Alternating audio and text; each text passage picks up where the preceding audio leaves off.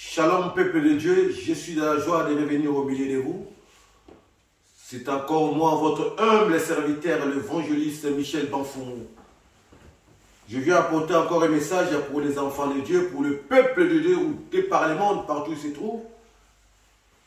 Un message de la part du Seigneur. Si vous le permettez, avec toute humilité, je vais prier pour la parole. Merci Père, toi, foi saint, le véritable Dieu. Merci pour ce moment favorable. Ce moment agréable que nous voulons manger la nourriture spirituelle qui est ta parole vivante. Toi qui es le pain de vie, Jésus-Christ de Nazareth. Le monde a besoin de toi. Le monde a faim et soif, Père de gloire. Viens, Père de gloire, nous rassasier et nous faire désaltérer à travers ta parole de cet après-midi. Sois béni le véritable Dieu. Sois glorifié, sois élevé, Père. Ce moment est véritable et unique, mais, Seigneur, prends le compte de toutes choses. Règne, Seigneur, Saint-Esprit de Dieu, du début jusqu'à la fin. Que ta grâce, ta miséricorde, ton amour infini nous accompagne. Dispose le cœur de tes enfants, où se trouve Dieu par les mondes.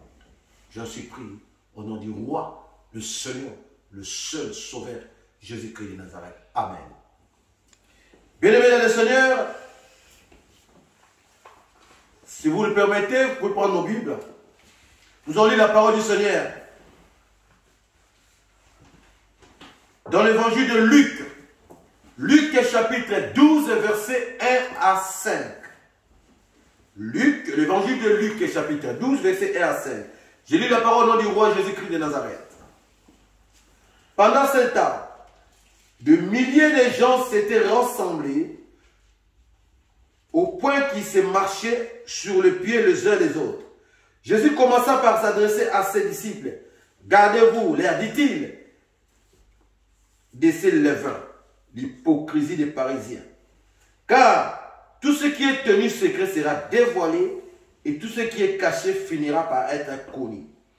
Ainsi, tout ce que vous aurez dit dans l'obscurité sera entendu ouvertement en plein jour. Et tout ce que vous aurez chuchoté dans le creux de l'oreille, derrière ces portes, des portes bien closes, sera crié du haut des toits en terrasse. Mes chers amis, je vous le dis, ne craignez pas ceux qui peuvent tuer le corps, mais qui n'ont pas le pouvoir de faire davantage. Savez-vous qui vous devez craindre? Je vais vous le dire, celui qui, après la mort, a le pouvoir de vous jeter en enfer.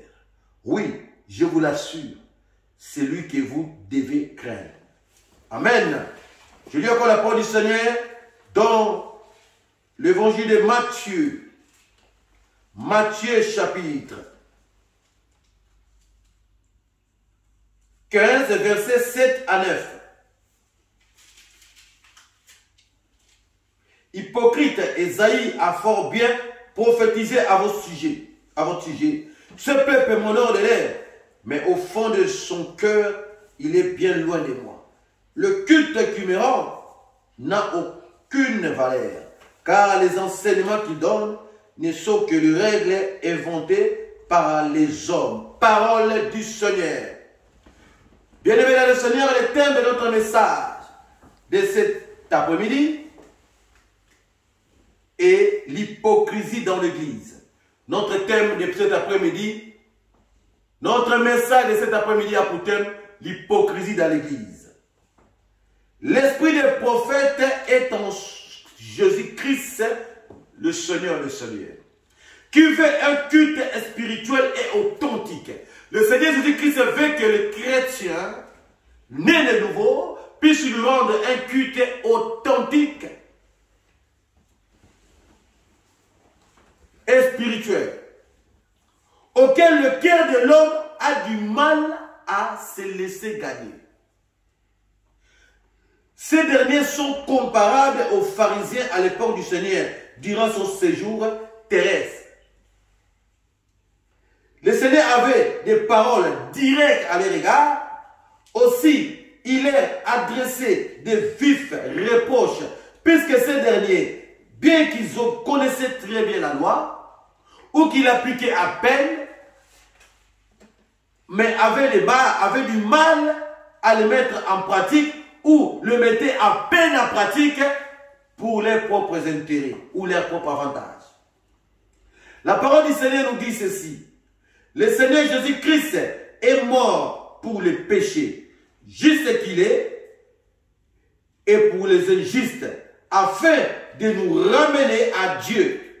Mis à mort selon la chair, il a été vivifié selon l'esprit. C'est ainsi qu'il s'en alla même prêcher aux esprits en prison qui avaient refusé de croire lorsque s'est prolongée la patience de Dieu à l'époque de Noé, où Noé avait conçu l'arche, dans laquelle un petit nombre de 8 personnes furent sauvées. Noé et sa famille dans l'eau. Cette eau correspond au baptême qui sauve à présent et qui n'est pas la purification de la souillure du corps, mais l'engagement d'une bonne conscience à Dieu. Nous sommes bien dans le premier épître de Pierre, chapitre 3, verset 18 à 21. 1 Pierre, chapitre 3, verset 18 à 21. Bien aimé, à travers le baptême, les chrétiens traversent avec Christ les eaux de la mort, c'est-à-dire la vie du péché, pour en ressortir victorieux. Mais il ne s'agit pas simplement du baptême des conversions que Jean le Baptiste a donné dans les eaux du Jourdain, mais plutôt d'un engagement sincère à suivre le Christ dans son offrande parfaite. D'un engagement sincère à suivre le Seigneur Jésus-Christ dans son offrande parfaite. Le chrétien qui est lavé du péché est vivifié par la grâce et maintenant libre, né à la vie nouvelle en recevant l'Esprit Saint de Dieu. Bien-aimé, toute personne qui se dit chrétien, né de nouveau, doit éviter les levées des parisiens. Les levées des parisiens, c'est l'hypocrisie que Christ disait autrefois à ses disciples. L'hypocrisie. Les levées des parisiens.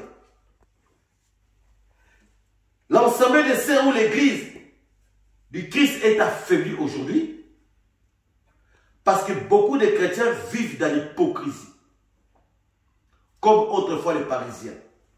Premièrement, à leur propre égard et conscience. Deuxièmement, à l'égard du Seigneur Jésus-Christ de Nazareth. Tout enfant de Dieu doit respecter et vivre avec une bonne conscience et d'un engagement sincère à suivre le Seigneur. L'engagement sincère à suivre notre Dieu. Et cet engagement doit se manifester à travers les comportements et les habitudes que nous devons ou nous avons, soit nous manifestons soit à l'église ou l'assemblée des saints, soit à l'extérieur de l'assemblée. La bonne conduite de l'un ou de l'autre rendra l'église et le corps du Christ fort. La bonne conduite de l'un ou de l'autre rendra l'assemblée des saints fort ou l'église corps du Christ fort. Mais la mauvaise conduite des uns comme des autres va affaiblir l'église. Pourquoi? Parce que beaucoup marchent dans l'hypocrisie. Or, l'hypocrisie affaiblit l'église. Et c'est là que les chrétiens doivent chercher. Ce que les chrétiens nés de nouveau doivent chercher, c'est la maturité spirituelle. Car bon nombre de chrétiens aujourd'hui, ils ont en quête de la maturité spirituelle. Or, la maturité spirituelle est très importante pour la croissance de l'église. Tandis que l'immaturité est la base de l'affaiblissement de l'église. Comment? Parce que l'immaturité spirituelle est la base, la destruction de l'église. Car ceci pousse les chrétiens, il m'attire à vivre dans l'hypocrisie. L'immaturité spirituelle pousse les chrétiens à vivre dans l'hypocrisie. Or, la parole du Seigneur nous dit, nous demande de refuser toutes sortes des œuvres de la chair, de chercher plutôt à vivre selon les fruits de l'esprit, qui font partie de la maturité spirituelle. Bien-aimé dans le Seigneur, le roi Seigneur Jésus-Christ de Nazareth n'est pas mort pour l'Église. Seigneur Jésus-Christ de Nazareth n'est pas mort pour l'Église. Bien au contraire, il est mort pour le monde. Car ceux qui sont dans l'Église viennent du monde. Alors, eux qui sont à l'Église, ceux qui sont dans l'Église, doivent aller chercher, ramener ceux qui sont restés dans le monde pour les ramener vers le Seigneur. Et non le contraire. Car ceux qui sont dans l'Église viennent du monde. Le Seigneur Jésus-Christ n'est pas mort pour l'Église, mais pour le monde. Il est venu sauver le monde. Parce que nous qui sommes à l'Église, nous venons du monde. Alors, le travail à faire, les devoirs que nous avons, c'est d'aller chercher ceux qui sont restés dans le monde et les ramener dans l'Église. Et non l'inverse, où nous sommes à l'Église, mais nous nous comportons comme si les gens qui sont d'accord dans le monde, bien étant dans l'Église, comme un chanteur, un musicien chrétien qui disait, j'ai cherché le monde, je l'ai trouvé dans l'Église. Et l'Église, je l'ai trouvé dans le monde. C'est-à-dire, bien qu'étant dans l'Église, mais le comportement ne correspondent pas et semblable à ceux qui sont dans le monde. Bien étant dans l'Église, mais les comportements qu'on affiche est semblable à ceux qui sont dans le monde.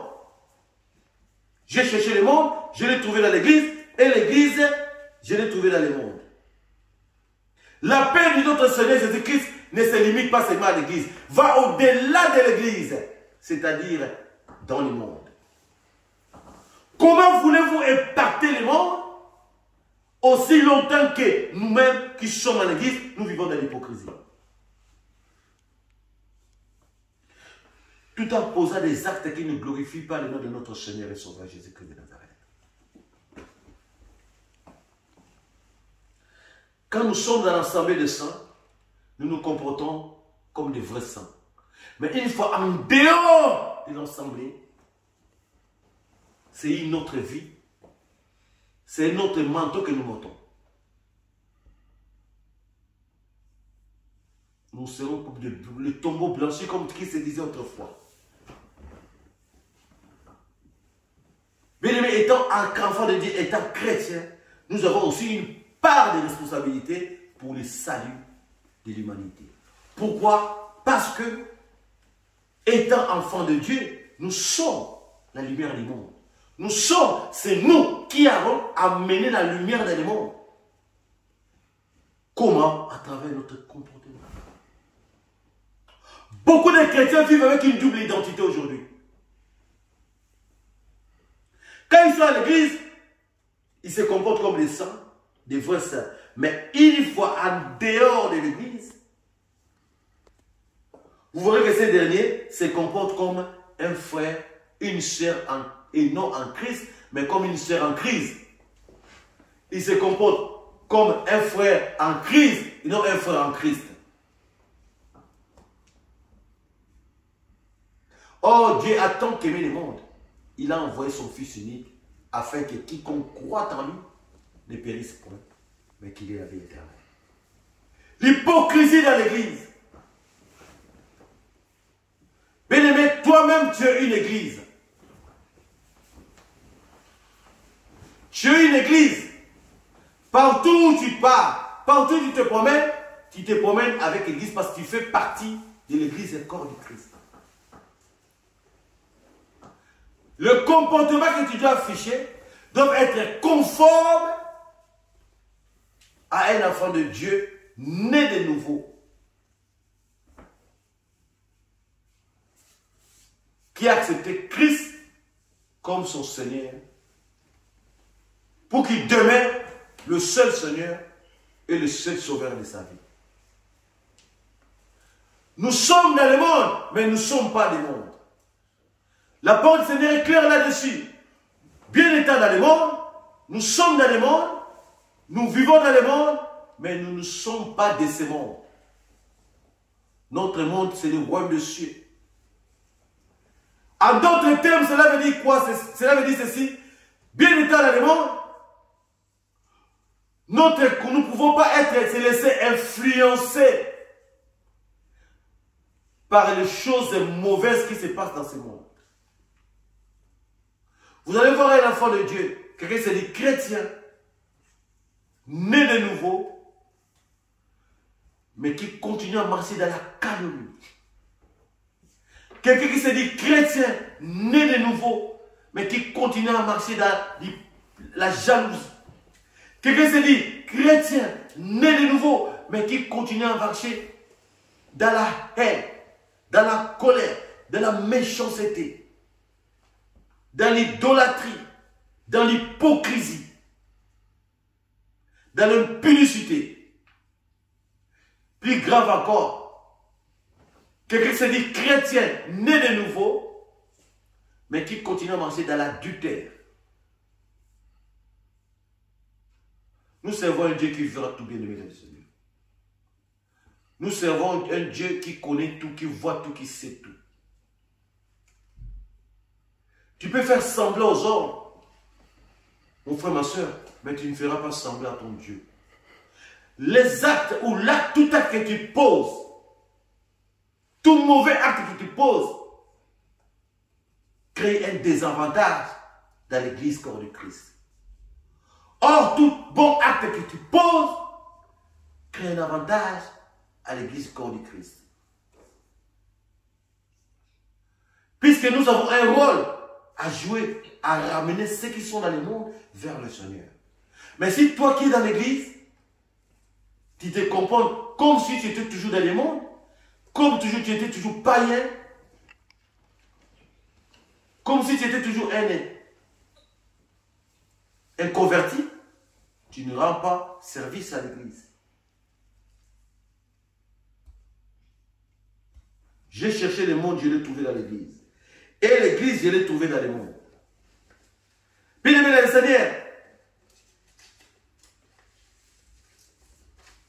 le mariage est une institution biblique. 1 plus 1 égale 1. Un homme et une femme, quand ils se marient pour les meilleurs, pour les purs. Ils deviennent un seul corps. L'homme et la femme, une fois qu'ils s'unissent, ils deviennent un seul corps. Les personnes mariées, partout où ils se promènent avec le lit conjugal. Tu es un homme marié, tu te promènes avec le lit conjugal. Tu es une femme mariée, tu te promènes avec le lit conjugal. Le lit conjugal, ce n'est pas le lit où tu dors avec ton mari, mais c'est ton corps. Ton corps, c'est le lit conjugal. Ton corps appartient à ton mari. Ton corps appartient à ta femme. Parce que vous êtes mariés légalement. Quand je dis je parle du mariage, je ne parle pas du mariage au niveau de la mairie. Je ne parle pas du mariage religieux, mais je parle du mariage où les deux familles se sont réunies, où vous avez honoré, vous êtes acquitté de tout ce qu'on appelle les droits familiales. Vous êtes acquitté de votre dot. Et après, on va à l'église pour la bénédiction. L'église ne célèbre pas les mariages, mais l'église bénit l'assemblée, bénit les mariages. Bien étant marié, tu sais bien que tu as le lit conjugal à toi. Tu constitues le lit conjugal. Donc tu dois poser, les actes que tu dois poser à l'extérieur, tu dois faire attention parce que tu ne dois pas souiller le lit conjugal qui est ton corps. Spirituellement, cela en va de soi. Tu es l'épouse de Christ Jésus, le roi des rois. Alors, partout où tu te promènes, les actes que tu poses, tu dois faire attention pour ne pas souiller ton lit spirituel. qui est ton corps, où le Seigneur habite. Car la parole du Seigneur, votre corps est le temple du Saint-Esprit. Donc, ceux qui sont mariés, ils ont un double devoir. De respecter, premièrement, le lieu conjugal physique, attaquer leur corps à l'égard de leur mari, époux ou soit épouse, à l'égard de leur mari ou femme. Et encore, le deuxième devoir, ils doivent garder leur corps spirituel pur à l'égard de notre époux qui est Christ Jésus, le roi des rois. Comment tu peux suivre ton corps spirituel? C'est le péché. Le corps se suit à travers le péché. Une fois que tu marches dans la crainte d'obéissance, tu as été de sauvegarder l'intégrité du corps spirituel.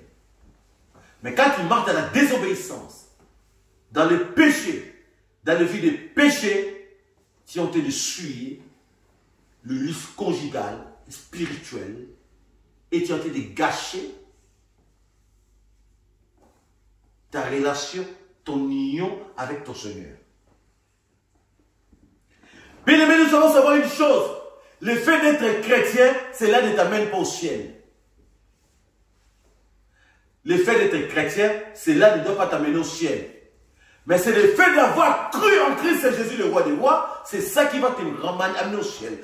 Comme la parole du Seigneur nous dit, dans le Épître de Paul aux Romains, chapitre 19, ceci, si vous confessez de votre bouche le Seigneur Jésus-Christ, et vous croyez dans votre cœur que Dieu l'a ressuscité des morts, vous serez sauvés, vous êtes sauvés. Nous allons au ciel parce que nous avons cru au Seigneur Jésus-Christ de Nazareth. Croire au Seigneur Jésus-Christ de Nazareth, c'est-à-dire à l'accepter pour qu'il devienne et qu'il demeure ton seul Seigneur, ton seul Sauveur, ton seul modèle. Croire en Jésus-Christ de Nazareth, c'est accepter déjà au fond de ton cœur qu'il est ton seul Seigneur, qu'il est ton seul Sauveur, qu'il est ton seul Dieu, et c'est de mettre en pratique sa parole. On ne peut pas croire à quelqu'un sans mettre sa parole en pratique. C'est impossible. Croire au Seigneur Jésus-Christ, cela veut dire mettre sa parole en pratique. Tu crois au Seigneur Jésus-Christ, mais tu dois mettre sa parole en pratique. Tu crois au Seigneur Jésus-Christ, mais tu ne veux pas mettre sa parole en pratique.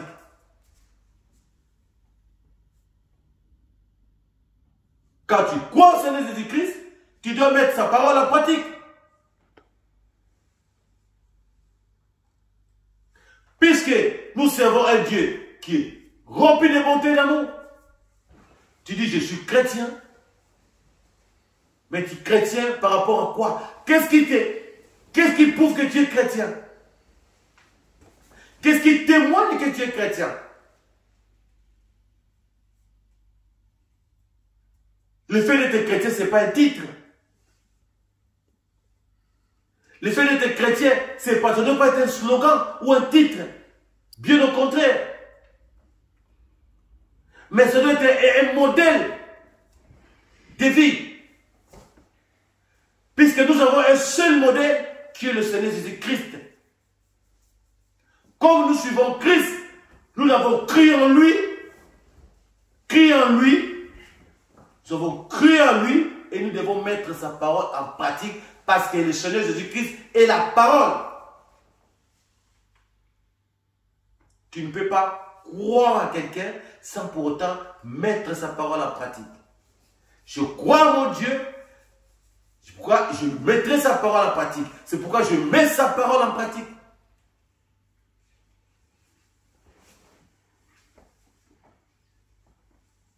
Bien-aimés, nous sommes la cause de l'affaiblissement de l'Église aujourd'hui. Aujourd'hui, l'ennemi peut rentrer à l'Église, faire tout ce qu'il lui fait. Il y a beaucoup d'infiltrés parce que nous, chrétiens, nous sommes distraits et hypocrites. Nous vivons dans l'hypocrisie. Puisque si nous n'étions pas distraits, l'ennemi ne pouvait pas rentrer et détruire, ravager l'Église, affaiblir l'Église.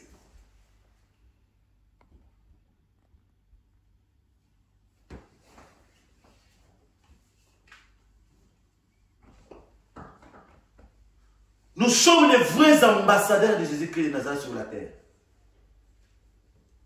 Nous sommes des représentants de notre Seigneur Jésus-Christ sur la terre. Alors notre rôle est non seulement de représenter le Seigneur Jésus-Christ, mais de ramener ceux qui sont dans le monde vers le Seigneur. C'est le rôle que nous devons jouer. Notre rôle est de ramener les brebis égarées, ceux qui sont perdus, ceux qui sont dans le monde, vers Christ.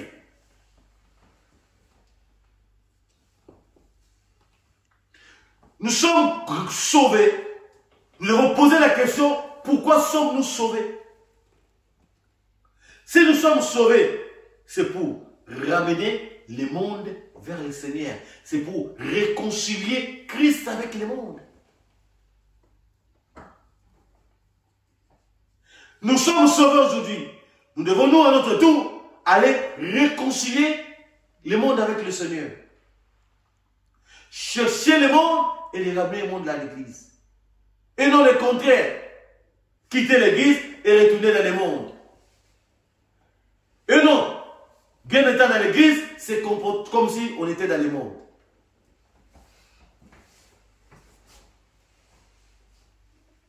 L'église est devenue un marché. Ne vous tenez pas que Christ avait chassé les gens dans l'église. L'église est devenue aujourd'hui un marché. Où chacun fait ce qu'il veut. Où chacun se comporte comme il veut. Où chacun marche comme il veut. Où chacun applique comme il veut. Nous avons une part de responsabilité, bien aimé le Seigneur. Car le salut de l'humanité en dépend ensuite de nous. Les temps sont mauvais. Dans ces temps mauvais, dans ces derniers temps, dans ces dernières heures, dans ces derniers quarts d'heure qui nous restent, nous devons multiplier, améliorer, continuer davantage à développer notre relation avec le Seigneur. Ne soyons pas comme autrefois les pharisiens qui vivaient, bien venaient dans les temples, mais ils étaient des hypocrites. Ne sont pas des hypocrites, bien aimés dans le Seigneur. Ce n'est plus le temps de la distraction. Ce n'est plus le temps de jouer. Le Seigneur Jésus-Christ est venu racheter le monde avec son sang précieux. Il a payé le prix de la mort pour sauver le monde. Alors, nous ne pouvons pas piétiner, bafouer